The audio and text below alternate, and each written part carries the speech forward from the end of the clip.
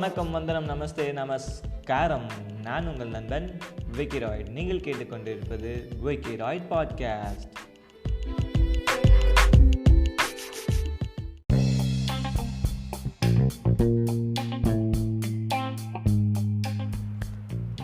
அனைவருக்கும் இனிய இரவு வணக்கங்கள். இந்த இனிமையான இரவு நேரத்தில் நான் உங்களோட இணைஞ்சிருக்கேன் விக்கி ராய்ட். நீங்கள் கேட்டுக்கொண்டிருப்பது விக்கி ராய்ட் பாட்காஸ்டின் விக்ரம் வேதா.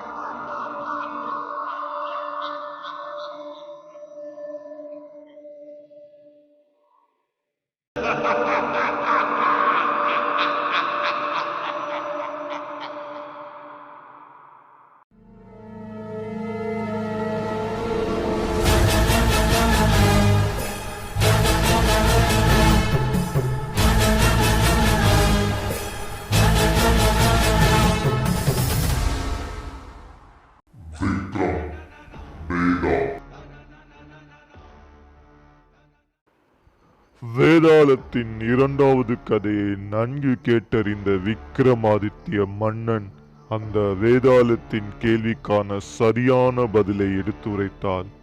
சற்றும் எதிர்பார்த்திராத வேதாளம் பறந்து சென்று ஆலமரத்தின் கிளையில் தலையிலாக தொங்கிக் கொண்டது. வேதாளத்தின் செய்கையை கண்டு விக்ரமாதித்ய மன்னன் தான் கூறிய விதை சரியென அறிந்து கொண்டார். பின்பு அந்த ஆலமரத்தினை நோக்கி நடந்து சென்றார், வேதாளத்தினை தூக்கி செல்வதற்காக.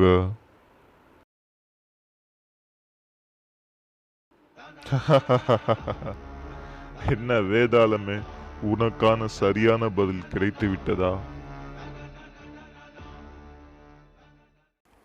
ஆம் விக்ரமாதித்ய மன்னா, இந்த முறை நீங்களே வென்றீர்கள். ஆனால் அடுத்த முறை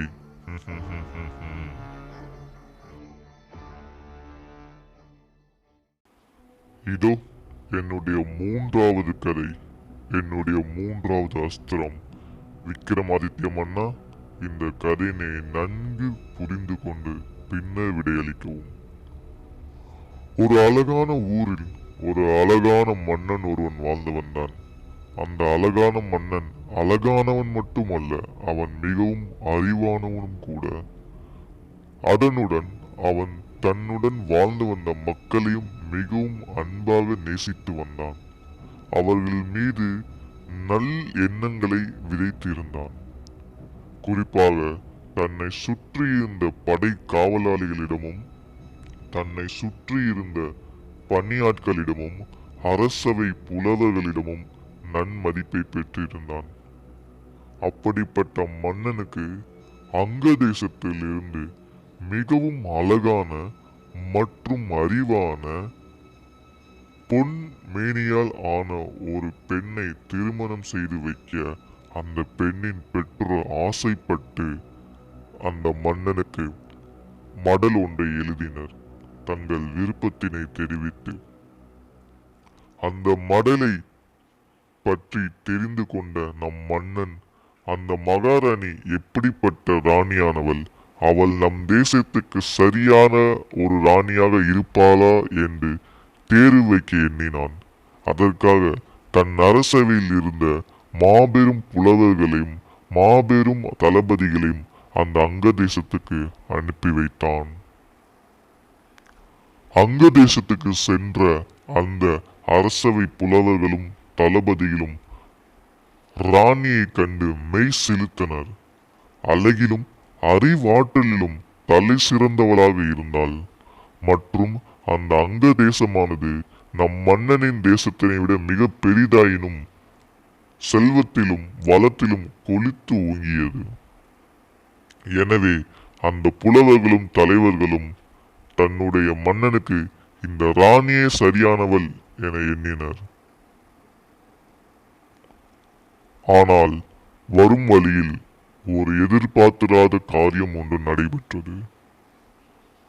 அந்த காரியத்தினை நிகழ்த்தியவன் யாரெனில் மன்னன் இருக்கும் ஊரை சேர்ந்த ஒரு மாபெரும் வணிகன் ஆவான். அவன் வணிகன் மட்டுமல்ல, அவன் ஒரு கபடதாரியும் கூட.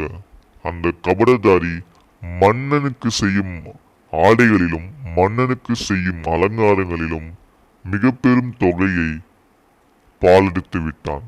எனவே மன்னன் அவனை சிறைச்சாலையில் தள்ளி தக்கதொரு தண்டனையை வழங்கினார்.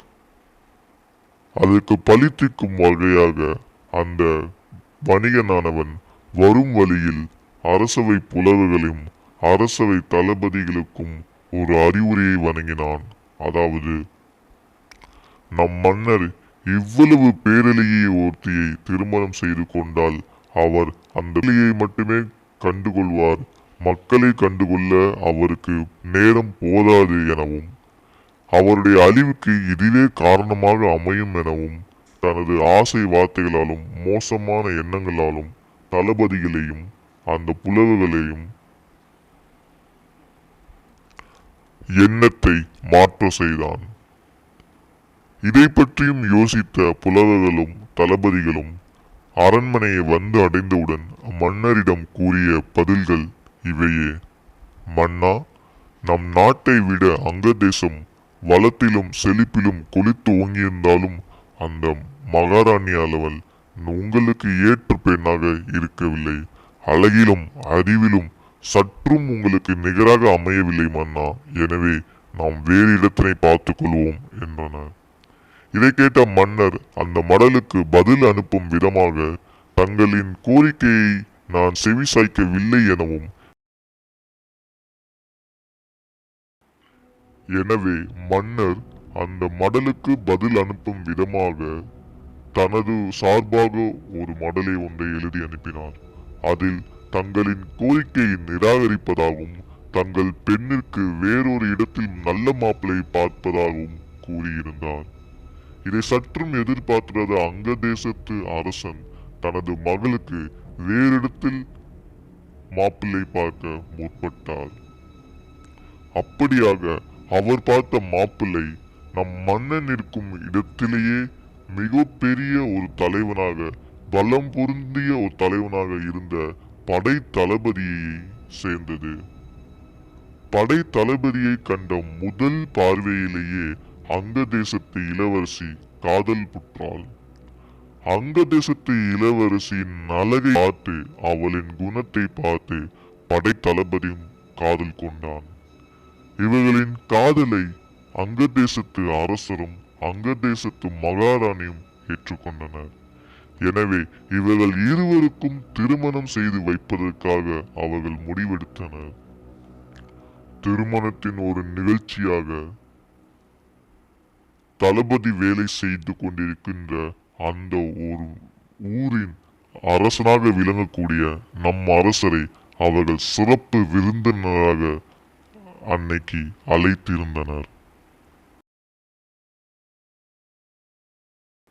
அழைப்பை ஏற்று நிகழ்ச்சிக்கு சென்றிருந்த மன்னருக்கு அதிர்ச்சி காத்திருந்தது.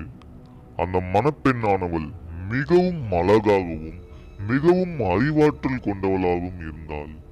அவளை பற்றி தெரிந்து கொள்ள விரும்பிய மன்னர் படை தளபதியை அழைத்து அவளை பற்றி விசாரித்தார். படை தளபதி கூறிய விஷயங்களை கேட்ட மன்னர் தனக்கு அந்த இளவரசியை மிகவும் பிடித்திருப்பதாகவும் தான் அவள் மீது காதல் வயப்புற்றதாகவும் கூறினார். இதை கேட்ட படை தளபதி மிகவும் அதிர்ந்து போனார். தான் காதலிக்கும் ஒரு பெண்ணை தன் இளவரசனும் தன் மன்னரும் ஆகிய மன்னர் கேட்கிறாரே என்ன செய்வது என்று புலம்பினான். இருப்பினும் தாய் நாட்டுக்காகவும் தாய் நாட்டை ஆளக்கூடிய மன்னனுக்காகவும் தன் காதலை தியாகம் செய்ய வேண்டும் என எண்ணினான். எனவே தான் காதல் கொண்ட அந்த இளவரசி நேரில் சென்று தன் மன்னன் அவளை விரும்புவதாக கூறி அவளை மனமாற செய்தான். மனம் மாறிய அவளும் நம் மன்னரை திருமணம் செய்து கொள்வதற்கு ஒப்புவித்தாள். இதை அறிந்த படை தளபதியும் இதை அறிந்த மற்ற அரசவை புலவர்களும் மன்னனை தடுத்து நிறுத்தினர். அவர்கள் அனைத்து உண்மைகளையும் எடுத்துரைத்தனர். மன்னரே, இவளையே நாம் முன்னரே மணப்பெண்ணாக கண்டு வந்தோம்.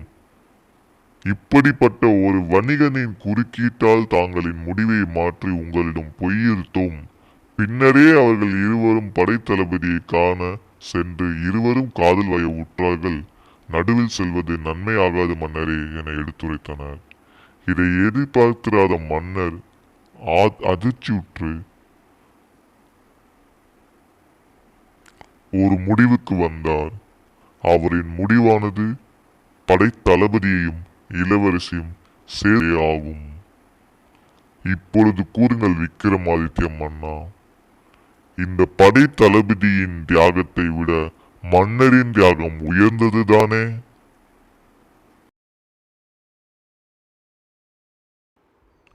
இல்லவே இல்லை வேதாளமே.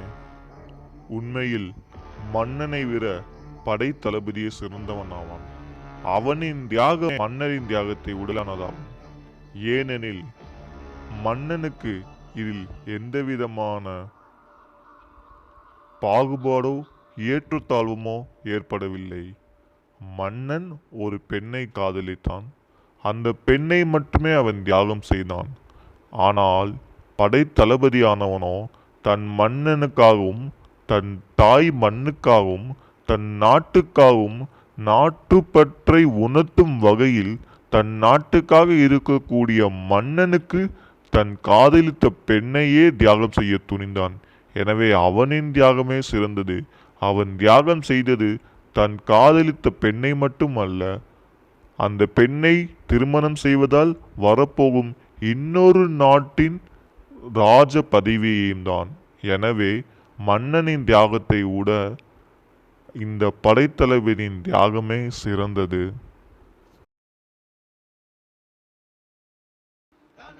மூன்றாவது அஸ்திரத்தில் விக்கிரமாதித்ய மன்னனை வீழ்த்தி விடலாம் என்று எண்ணியிருந்த வேதாளத்துக்கு நம் மன்னன் விக்கிரமாதித்யனின் இந்த பதில் சற்று கடினமாகவே இருந்தது. வேதாளம் விக்கிரமாதித்ய மன்னனின் முதுகு பிடியிலிருந்து தன்னை விடுவித்து பறந்து சென்று ஆலமரத்தின் கிளைகளில் தலையீழாக தொங்கிக் கொண்டது. பாவம் அந்த வேதாளம் தன்னுடைய 4வது கதையை பற்றி சிந்திக்க வேண்டியிருக்கும்.